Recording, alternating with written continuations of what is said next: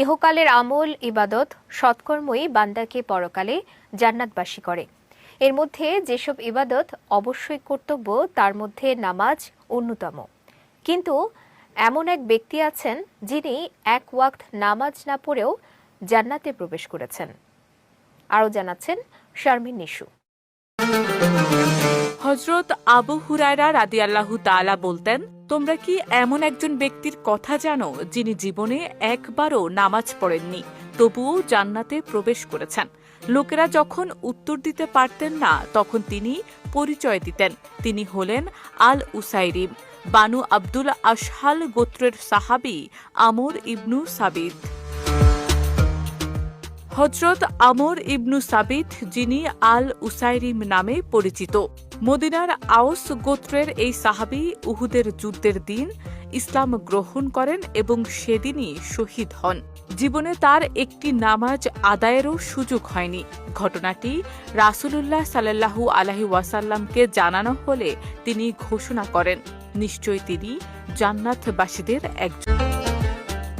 হযরত হুসাইন রহমতুল্লাহি আলাইহি বর্ণনা করেন, তিনি মাহমুদ ইবনু লাবিদকে আল উসাইরিমের ঘটনা জানতে চাইলে তিনি জানান, তার গোত্র ইসলাম গ্রহণ করলেও তিনি দীর্ঘদিন ইসলাম গ্রহণে অস্বীকৃতি জানিয়ে আসছিলেন।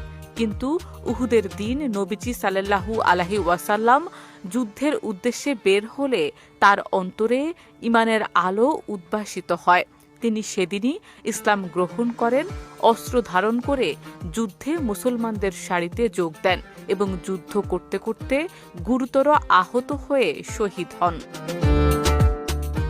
সহিহ বুখারীতে এমন আরেকটি ঘটনা এসেছে। হযরত বারা ইবনু আজিব রাদিয়াল্লাহু তাআলা আনহু জানান, লোহার বর্মে পুরো মুখ ঢাকা এক ব্যক্তি নবী সাল্লাল্লাহু আলাইহি ওয়াসাল্লামের কাছে এসে জানতে চান, তিনি আগে যুদ্ধ করবেন নাকি আগে ইসলাম গ্রহণ করবেন? নবী সাল্লাল্লাহু আলাইহি ওয়াসাল্লাম বলেন, আগে ইসলাম গ্রহণ করো, তারপর যুদ্ধ করো।